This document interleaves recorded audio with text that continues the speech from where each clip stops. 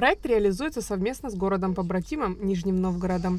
Историческая колоннада на набережной Сухума – один из главных объектов, где применяется этот опыт. В подарок организовывает подсветку нашей колоннады. Подсветка будет в нескольких режимов, то есть каждодневная с теплым цветом, также праздничная подсветка, которая меняет расцветки и цвета. Работы проводятся нашими коллегами из Нижнего Новгорода, и я думаю, будет очень привлекательное место, будет много фотозон и красивая локация. Совместные проекты реализуются уже второй год. Художественная подсветка исторических объектов и деревьев на набережной – один из самых красивых проектов, отмечает Светлана Пампаева, председатель комитета по управлению городским имуществом и земельными ресурсами администрации Нижнего Новгорода. Подсветка в целом подчеркивает уникальность архитектурного памятника. Сейчас в основании сооружения со стороны брусчатки монтируют 37 грунтовых водозащищенных светильников. Это финальный этап работ.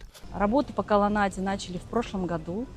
Подсветили верхний уровень, который состоит из 142 светильников.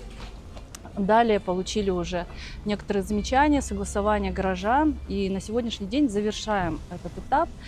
Устанавливаем водонепроницаемые светильники уже с основания опор колоннады.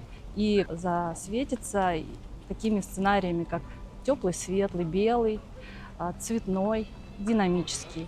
Самое главное, что возможность у администрации города Сухум выбирать любой сценарий.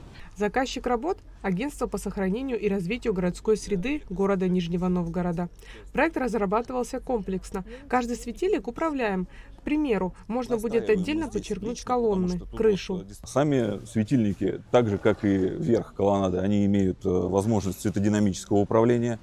Они поддерживают там более 16 миллионов оттенков цветов, что, учитывая важность исторического объекта этого, мы можем подобрать единый цветовой образ, несмотря на различия, допустим, в цвете колонн, цвете пьедестала, цвете крыши. То есть мы это сможем благодаря системе управления учесть и показать в наиболее выгодном свете. Общая установленная мощность 3,7 кВт. Администрации Сухума также передан набор сценариев подсветки и рекомендаций по управлению системой. Подсветка – успешный пример применения нижегородских наработок для сохранения культурного наследия Абхазии. Она создаст комфортную световую среду на набережной в вечернее время.